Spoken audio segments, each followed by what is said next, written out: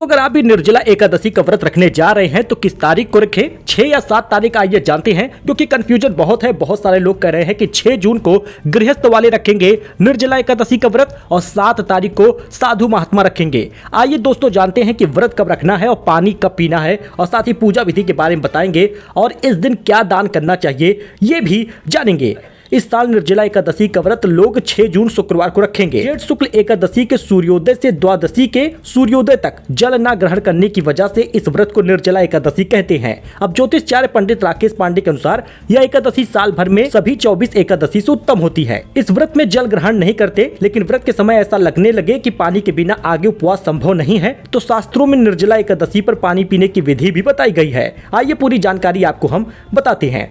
देखिए, अगर आप 6 तारीख को व्रत रख रहे हैं तो आपको 1.5 दिनों तक व्रत रखना होगा, क्योंकि 7 तारीख को दोपहर 1:30 बजे के बाद ही आपको व्रत पारण का मौका मिलेगा। और अगर आप 7 तारीख को एकादशी का व्रत रखेंगी तो मान के चलिए कि 8 तारीख को सुबह 6 बजे या 7 बजे तक आप व्रत का पारण करेंगी, यानी सूर्योदय होने पर द्वादशी तिथि लगने पर ही व्रत का पारण होता है। ज्योतिषाचार्य पांडे के अनुसार जेठ में दिन बड़े होते हैं, गर्मी भी अधिक होती है, इसकी वजह से प्यास लगती है और निर्जला एकादशी में जल ग्रहण करना वर्जित है। इस व्रत में अधिक संयम की जरूरत पड़ती है। निर्जला एकादशी के व्रत में फलाहार के बाद दूध पीने का विधान है। बीच व्रत में अगर आपको लगता है कि अब आप पानी के बिना नहीं रह पाएंगे, प्राण भी निकल जाएगा, गला सूख रहा है, तो जल के बिना जीवन असंभव लग रहा है, तो इस स्थिति में पानी पीने का विधान है। ओम नमो नारायणाय नमः का जाप करिएगा, मंत्र को 12 बार जप लीजिएगा। उसके बाद एक थाली में पानी भर लीजिए, उसके बाद घुटने और भुजाओं को जमीन पर सटाकर पानी पी लीजिए। आपको पानी एक पशु के समान पीना है। यदि आप इस विधि से पानी पीते हैं तो आपको निर्जला एकादशी व्रत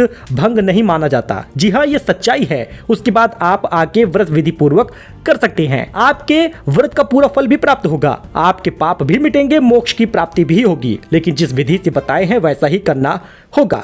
और अगर आप रह सकते हैं तो पूरा दिन बिता लीजिए, अगले दिन सूर्योदय के समय ही व्रत का पारण करिए, पानी पीजिए। लेकिन निर्जला एकादशी पर आप जल दान जरूर करिएगा। जी हाँ, हम लोग खुद नहीं पी सकते व्रत के दौरान, लेकिन दूसरों को दान जरूर करिएगा। निर्जला एकादशी के व्रत में व्रती को चाहिए कि एक कलश में जल भर ले और फिर उसे एक सफेद रंग के कपड़े से ढक ले, उसके ऊपर चीनी और कुछ रुपए रखकर ब्राह्मणों को दान दे दे। इसके अलावा अन्न, पंखा, छतरी, वस्त्र, फल का भी दान किया जाता है। निर्जला एकादशी में भीम को भी मिला था बल। जी हाँ, पौराणिक कथा यह है कि 5 पांडवों में भीम ने निर्जला एकादशी का व्रत किया था और इस व्रत के पुण्य प्रताप से भीमसेन को 10,000 हाथियों का बल प्राप्त हुआ था और दुर्योधन पर जीत हासिल करने में वो सफल रहे थे।